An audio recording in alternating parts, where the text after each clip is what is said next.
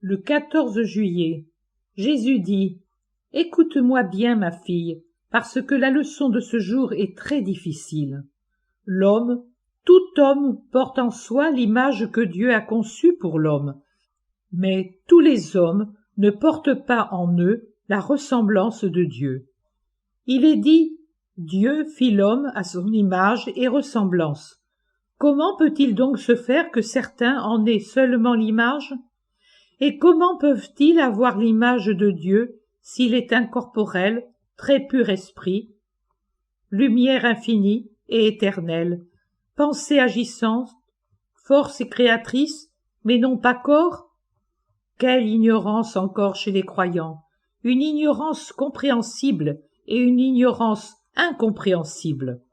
L'ignorance compréhensible provient d'une instruction vraiment rudimentaire, d'une instruction religieuse qui s'arrête au b.a.-ba de la foi. La cause en est l'éloignement de centres religieux ou bien, ce qui est très coupable de la part du fautif, de la négligence de ministres qui ne mettent pas toute leur force à faire connaître Dieu à leurs propres agneaux. Ce sont des pasteurs idoles que je regarde d'un œil sévère. Cette ignorance-ci ne ferme pas le ciel à ceux qui en pâtissent. En effet, je suis juste et je n'accuse pas une âme si je sais que son ignorance n'est pas volontaire. Au contraire, je tiens compte de sa foi, et si je vois qu'elle est droite et qu'elle porte cette petite lueur de connaissance de Dieu qu'on lui a donnée, je la récompense comme si elle avait eu de grandes connaissances, à l'égal d'un saint docteur. Ce n'est pas de sa faute si elle sait peu de choses, mais il est méritoire qu'elle sache tirer de ce peu de choses une force avec ses quelques idées cohérentes. Dieu est, je suis son fils. Ce qui me rend tel, c'est l'obéissance à sa loi. C'est donc en obéissant que j'arriverai à posséder Dieu dans l'éternité, grâce au mérite du Sauveur qui m'a rendu la grâce. L'Esprit de Dieu se substitue par des idées lumineuses pour illuminer le croyant que son pasteur néglige ou qui habite dans des régions où celui-ci vient rarement. Mais il existe également une ignorance incompréhensible. Elle est le fait de ceux qui ne veulent pas s'instruire, bien qu'ils en aient la possibilité, ou encore qui, une fois instruits, le négligent et redeviennent ignorants, car c'est ce qu'ils veulent par commodité.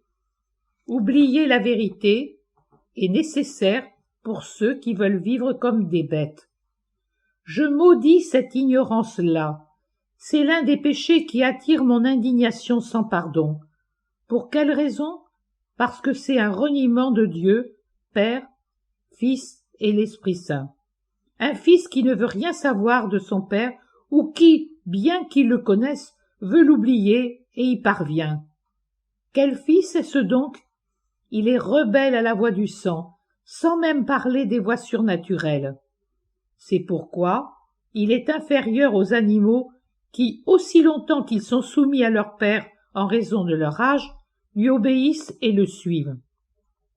Quelle rébellion peut donc être celle qui se tourne contre un Dieu qui est Père, aussi bien par la chair et le sang que par l'âme et l'esprit?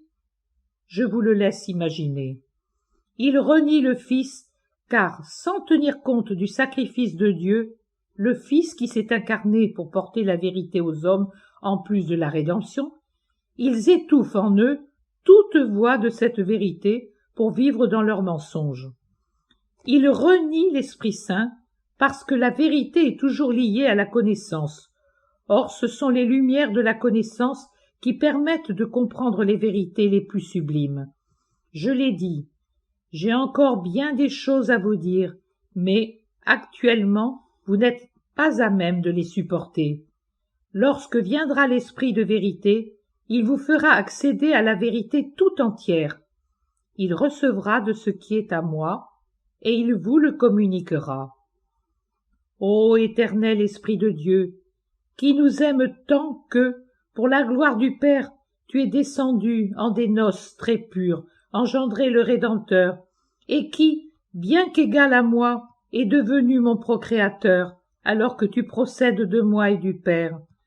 Ô éternel Esprit de Dieu, qui, pour la gloire du Fils, a propagé ton feu et le propage continuellement, afin que la parole soit comprise et que les créatures passent de l'état d'homme à celui de Dieu en vivant selon la grâce et selon la parole. Mystère de notre amour, poème inconcevable que les élus ne connaîtront en plénitude qu'au paradis. Je l'ai dit, quiconque parlera contre le Fils de l'homme, cela lui sera pardonné, mais qui aura blasphémé contre le Saint-Esprit, cela ne lui sera pas pardonné. De quel blasphème peut-il s'agir contre lui? Du manque d'amour qui s'explique par le refus d'accueillir la vérité éclairée par lui. Nous en revenons ainsi au début de la dictée. L'ignorance très répandue chez les croyants engendre des idées erronées sur l'image de Dieu. Non pas l'image physique. Dieu, en tant qu'esprit, n'a ni visage, ni taille, ni structure, mais l'homme a l'image que Dieu créateur a conçue pour l'homme.